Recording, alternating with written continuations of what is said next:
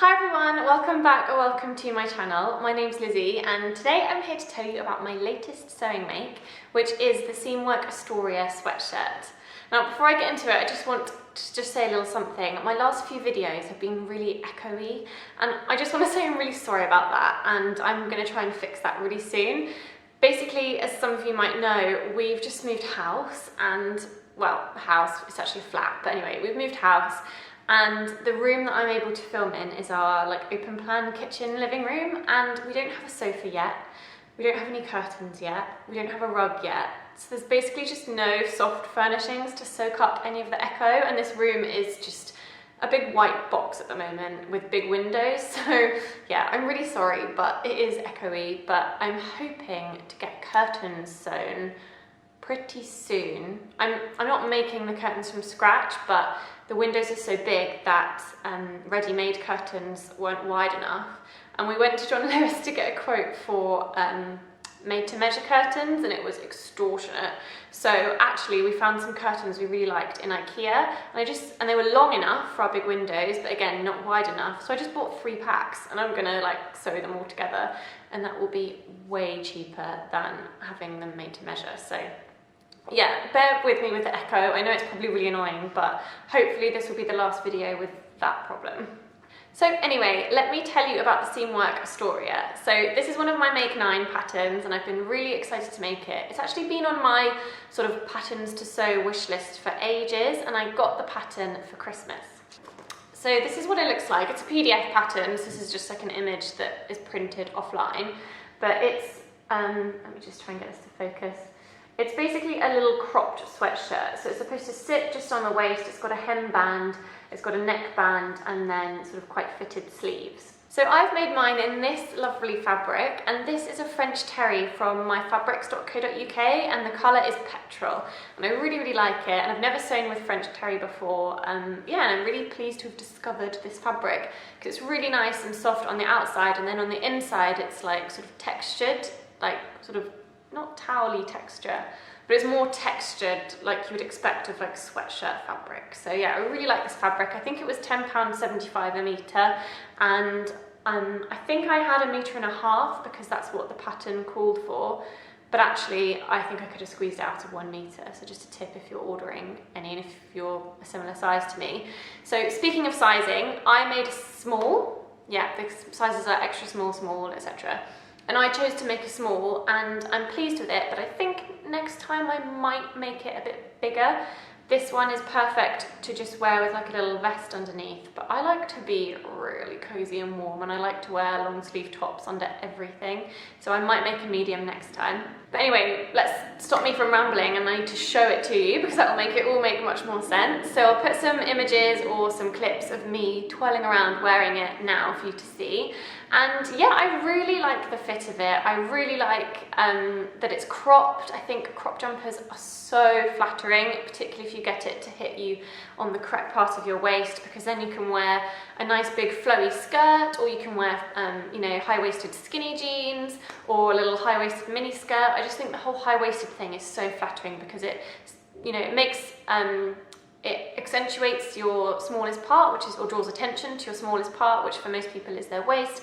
And then, yeah, it just gives you a really flattering silhouette, and to make your legs look longer. And that is something I'm always keen to do, is to try and make my legs look longer. So I'll give you a bit of an overview of the adjustments that I made and kind of what I thought of this pattern. So in terms of adjustments, I did make some.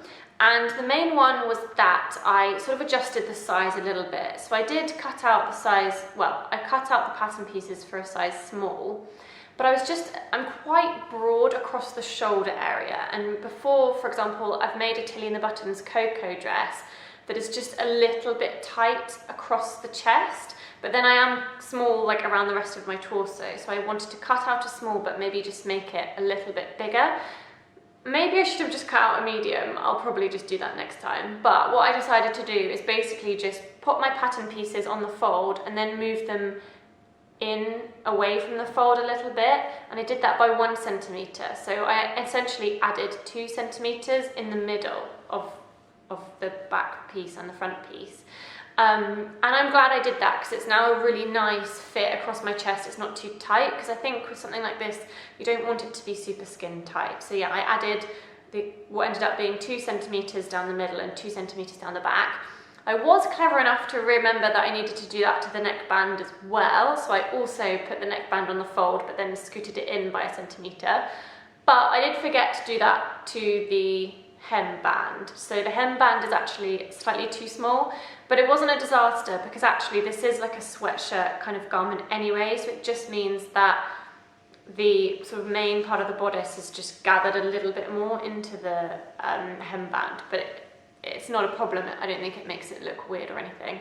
I also lengthened the pattern because I think it's really important for cropped jumpers to sit on your waist, and the distance between my shoulders and my waist is a lot longer than the average person, so I did decide to lengthen it.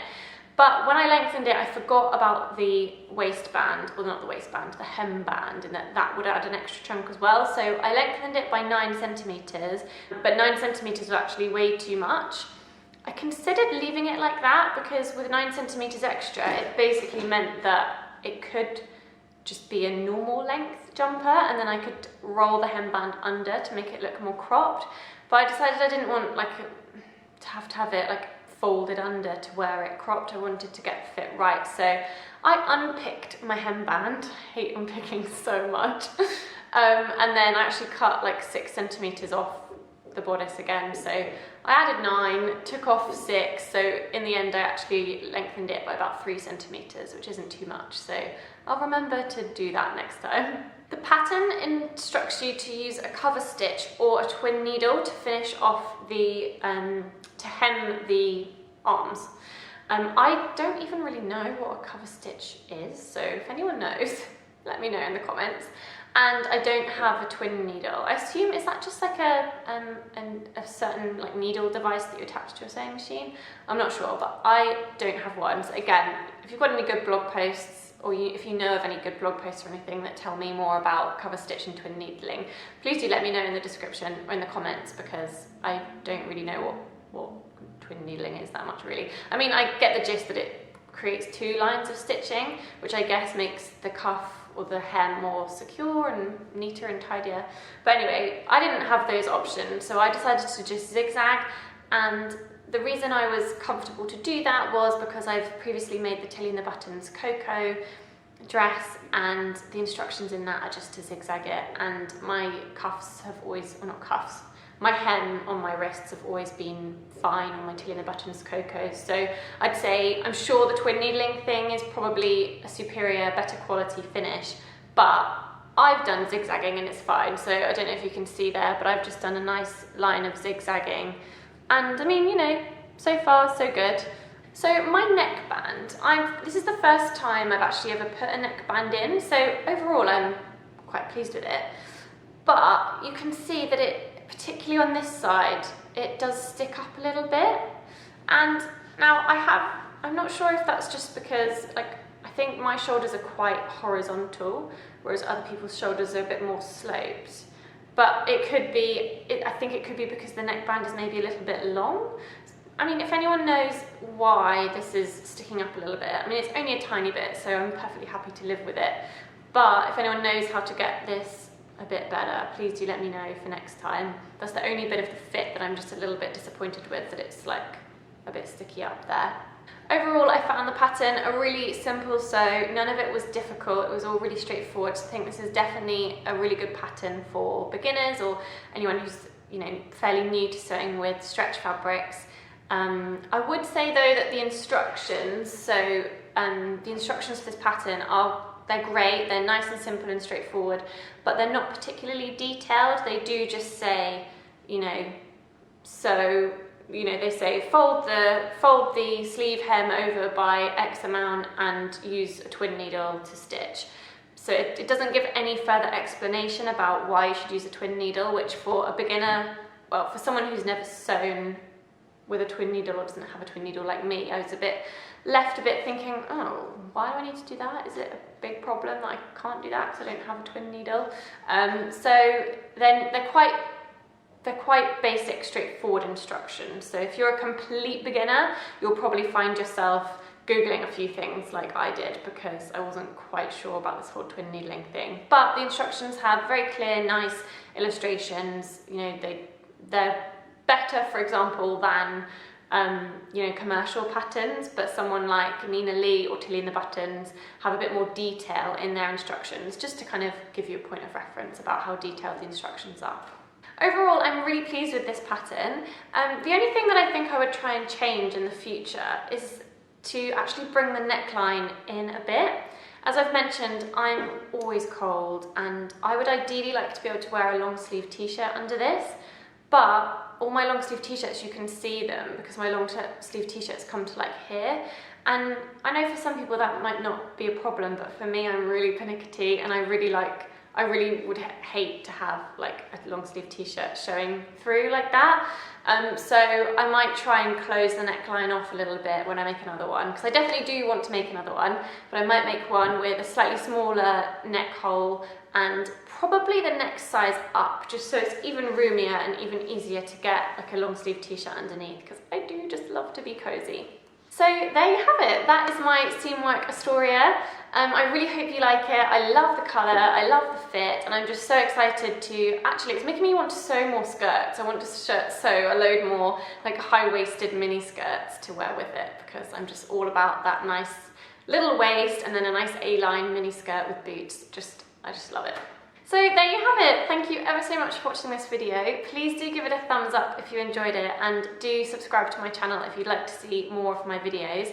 I'd also love to hear from you in the comments. Let me know if you've ever made the Seamwork Astoria, or if you have any other sweatshirt patterns to recommend. I'm going to leave in the description box the links to my Instagram and my blog, so do check those out if you'd like to see more of me. And yeah, thanks again for watching, and I'll see you next time. Bye!